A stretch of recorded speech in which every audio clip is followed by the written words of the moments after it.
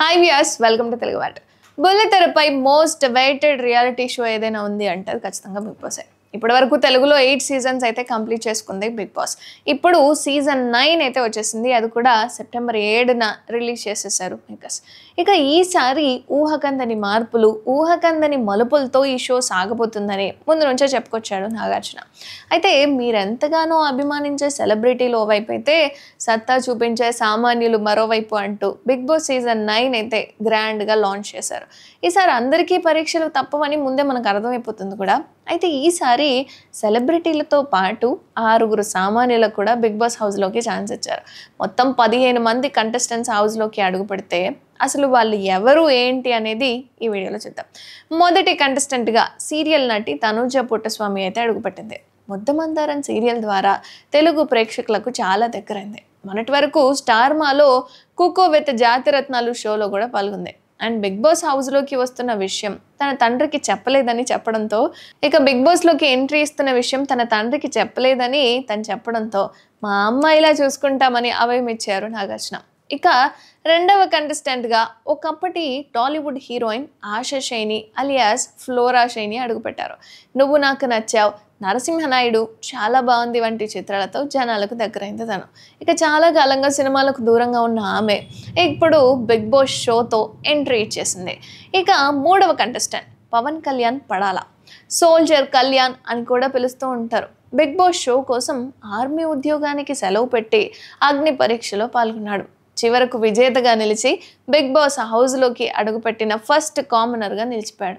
ఇక నాలుగో కంటెస్టెంట్గా జబర్దస్త్ ఇమాన్యుయల్ ఎంట్రీ ఇచ్చాడు. అండ్ జబర్దస్త్ షో ద్వారా ఫేమస్ అయిన ఇమాన్యుయల్ ఆ తర్వాత స్టార్ మాలో కుకో విత్ జాతిరత్నాలు షోలో పాల్గొన్నాడు. ఇక పలు ప్రోగ్రామ్స్లో కూడా అప్పుడప్పుడు కనిపిస్తూ ఉంటాడు.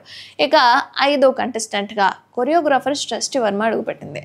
ఇన్నాళ్ళు పలు చిత్రాలకు కొరియోగ్రఫీ అందించిన సృష్టి తనకు బిగ్ బాస్ షో అంటే చాలా ఇష్టమని మాట్లాడింది.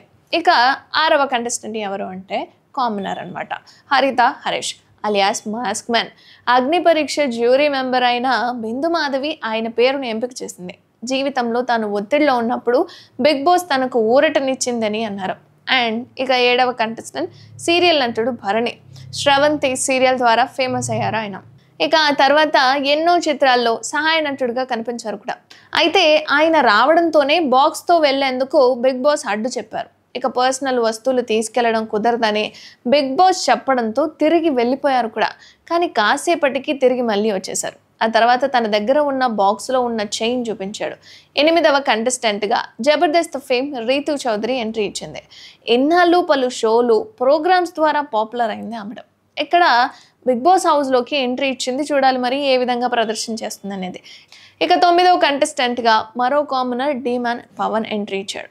అగ్ని పరీక్ష ద్వారా బిగ్ బాస్ ఇంట్లోకి అడుగుపెట్టారు. ఇక 10వ కంటెస్టెంట్గా బుజ్జిగడు హీరోయిన్ సంజన గల్రాని అడుగుపెట్టింది. తన జీవితంలో వచ్చిన సవాళ్ళు, కష్టాలను చెబుతూ కన్నీళ్లు కూడా పెట్టుకుంది. తనపై పడిన నిందను తుడిచేయాలని హౌస్లోకి వచ్చినట్లు చెప్పుకొచ్చింది. ఇక 11వ కంటెస్టెంట్గా ఫోక్ సింగర్ రాము రాథోడ్ ఎంట్రీ ఇచ్చాడు. రాను బొంబాయికి రాను పాటతో సోషల్ మీడియాను ఓ ఊపు ఊపేశాడు. ఇప్పుడు బిగ్ బాస్ హౌస్లోకి అడుగుపెట్టాడు. ఇక 12వ కంటెస్టెంట్గా కామనర్ శ్రీజాదము పేరు అయితే జ్యూరీ మెంబర్ నవదీప్ అయితే సెలెక్ట్ చేశాడు.